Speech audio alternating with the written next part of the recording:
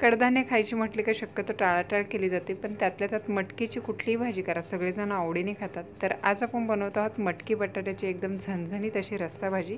बनवायला देखील खूप सोपी आहे आणि चवीला तर सगळ्यांना नक्कीच आवडेल. तर सुरुवात करूया. सगळ्यात आधी मसाला पाहूया. तर इथे 10 ते 12 लसूण पाकळ्या घेतलेल्या आहे, आल्याचा एक तुकडा घेतलेला आहे आणि खोबरं घेतलेलं आहे, सुक्कं खोबरं आहे. हे सगळं मिक्सरच्या भांड्यामध्ये बारीक असं हे वाटून घ्यायचं आहे. एकदम सोप्या पद्धतीने आज आपण ही भाजी बनवणार आहोत. त्याचबरोबर आपल्याला लागणार आहे एक मीडियम साईजचा कांदा एकदम बारीक असा कापून घेतलेला आहे आणि एक मीडियम साईजचा टोमॅटो घेतलेला आहे आणि कढीपत्त्याची 5 ते 6 पानं स्वच्छ धुवून घेतलेली आहे. इकडे कढईमध्ये 2 चमचे तेल गरम करून घेतलेले आहे. त्यामध्ये फोडणी घालूया मोहरी आणि जिरीची. त्यानंतर जो बारीक कापून घेतलेला कांदा आहे तो आपल्याला आधी परतून घ्यायचा आहे. त्याचबरोबर कढीपत्त्याची जी पानं आहेत ती देखील आपण याच्यामध्ये परतून घेतलेली आहेत. आता याच्यामध्ये जे सुक्कं वाटण जे केलेलं आहे खोबरं आलं लसूण हे जर आधीच वाटून जर ठेवलं तर घाईच्या वेळी ही भाजी करायची म्हटलं तर एकदम झटपट अशी होईल. तर कांदा हलकासा मऊ झाल्याच्या नंतर याच्यामध्ये टोमॅटो घातलेले आहेत. तर टोमॅटो देखील याच्यामध्ये परतून घेऊया.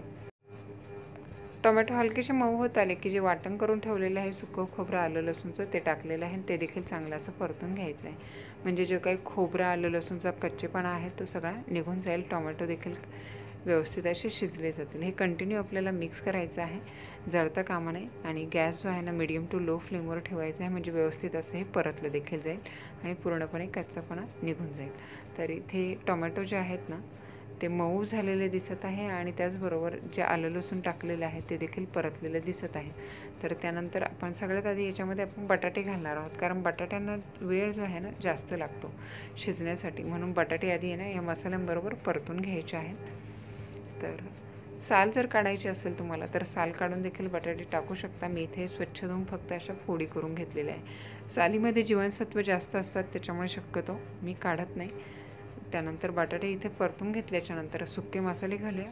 पाव छोटा चमचा इथं हळद पावडर टाकलेली आहे. त्यानंतर 1 चमचा काश्मीरी मिरची पावडर टाकलेली आहे. कमी तिखट आहे पण कलर छान येतो.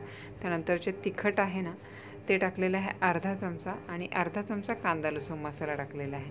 कांदा लसूण मसाल्यामुळे चव ह्या रस्सा भाजीची खूप छान येते आणि चवीपुरतं मीठ टाकलेलं आहे. आता हे सगळे सुके मसाले जे आहेत ना व्यवस्थित बटाट्याबरोबर आपल्याला परतून घ्यायचे आहेत. थोडक्यात काय फक्त लाल तिखट आणि कांदा लसूण मसाला वापरून ही भाजी जी आहे ना चवीला एकदम छान अशी होते. 2 ते 3 मिनिट बटाटे असेच परतून घेतलेले आहे, म्हणजे लवकर असे हे शिजले जातील आणि चव देखील छान येतील.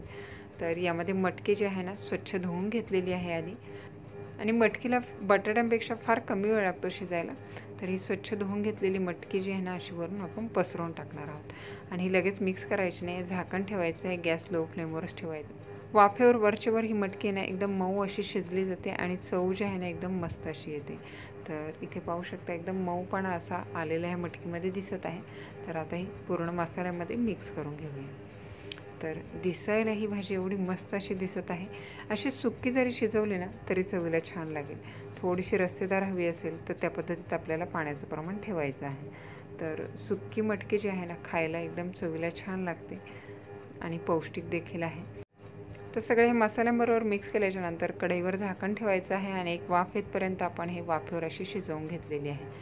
तर चांगली अशी वाफ आल्याच्यानंतर झाकण काढलेलं आहे आणि आता याच्यामध्ये शिजण्यासाठी आपल्याला पाणी टाकायचं आहे. तर इथे पाणी जे आहे ना ते शक्यतो गरम पाण्याचा वापर करायचा आहे, त्याच्यामुळे भाजीची चव देखील टिकून राहते. त्याचबरोबर बटाटा आणि मटकी जी आहे ना लवकर अशी शिजली जाते आणि वेळ देखील वाचेल. सगळं मिक्स करून घेऊया. आता आपल्याला किती रस्सेदार ही भाजी हवी आहे त्या पद्धतीत पाण्याचं प्रमाण आपल्याला ठेवायचं आहे. इथं उकळी यायला लागली की इथं 2 चमचे भाजलेल्या शेंगदाण्यांचा एकदम बारीक कूट टाकलेला आहे. तर कुटामुळे घट्टपणा देखील येतो आणि चव देखील छान लागते. झाकण ठेवलेलं आहे आणि 8 ते 10 मिनिट लो फ्लेमवर आपण आता ही भाजी शिजवून घेणार आहे. 8 ते 10 मिनिटामध्ये बटाटा मटकी जी आहे ना एकदम व्यवस्थित अशी शिजली जाते. तर इथे पाहू शकता इथे चांगली अशी खळखळून उकळी आलेली आहे, मस्त असं वरती तेलाचा तवंग आलेला आहे. भाजी आहे ना बनवायला सोपी आहे, चवीला देखील छान लागते. जर तयारी आधीच करून ठेवली भाजीची सगळी तर एकदम झटपट अशी घाईच्या वेळी बनवायचं म्हटलं ना तर बनवू शकतो. तर वरून मस्त अशी कोथिंबीर टाकूया आणि इथे बटाटा जो आहे ना एक आपण चेक करून पाहूया. तर इथं काट्याच्या साहाय्याने हा तोडून पाहिलेला आहे तर एकदम अलगद असा हा बटाटा कट होत आहे, म्हणजे बटाटा एकदम व्यवस्थित असा शिजलेला आहे.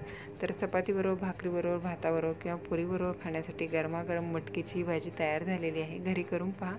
रेसिपी जर आवडली असेल तर न विसरता रेसिपीला लाईक, कमेंट, शेअर करा आणि अशाच सोप्या रेसिपी पाहण्यासाठी किटिकीच्या मराठी रेसिपीजला सबस्क्राईब करा. बाजूला असलेलं बेल आयकॉनचं बटन प्रेस करा, त्यामुळे येणाऱ्या सगळ्या नवीन रेसिपीचं नोटिफिकेशन सगळ्यात आधी तुम्हाला मिळेल. तर पुन्हा भेटूया अशाच एका नवीन रेसिपीसह. तोपर्यंत टेक केअर, बाय बाय.